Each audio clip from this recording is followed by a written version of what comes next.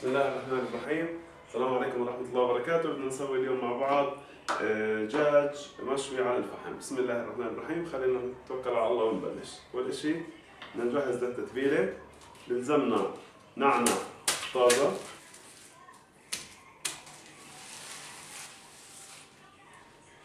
لازم نفرم النعناع مع التومة على أساس إنه يعطي طعم، يختلط طعم التومة مع طعم النعناع. المشكلة لو كانت القطع صغيرة أو كبيرة مش راح تفرق كثير، لأنه كله راح ينكب بالنهاية، مش راح نستفيد منه، بس بدنا ناخذ الطعم. من الليمون وزيت الزيتون والخل والبصل كمان.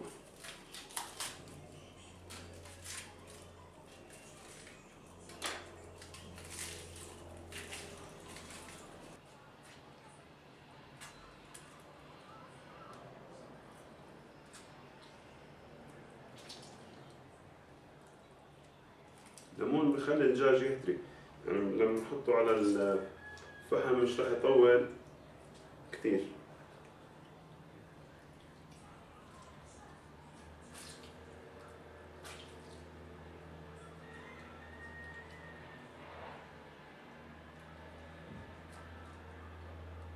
نضيف زيت الزيتون، خل الأبيض،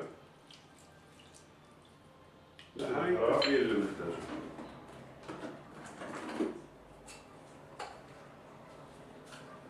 بابريكا حلوة، أهم وحدة هي، لأن هي اللي بتعطي الطعم الزاكي، بتعطي التحمير للدجاج.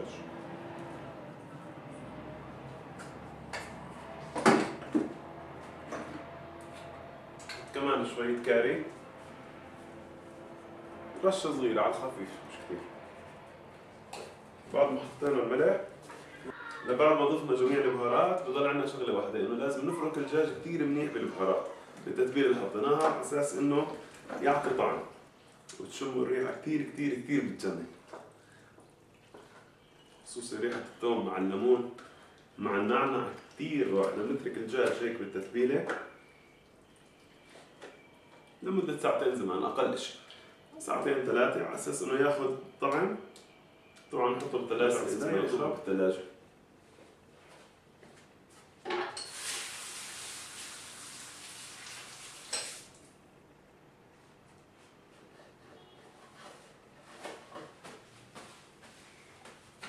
بعد ساعتين زمان راح نشوي إن شاء الله.